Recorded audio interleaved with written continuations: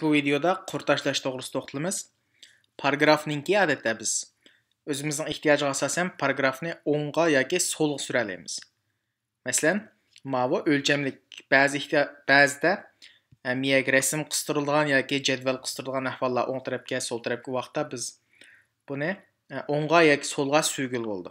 Buni paragrafga chiqib, ma'noning birinchisini mana tanlab qo'ysangiz bo'ldi yoki hammasini tanlasangiz bo'lardi.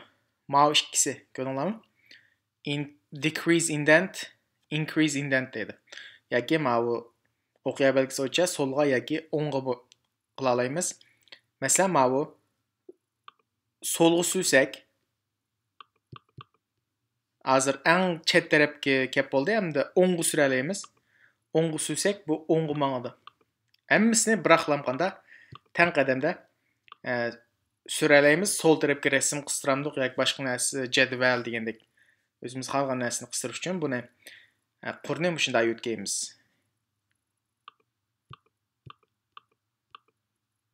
Hamda buni so'lga.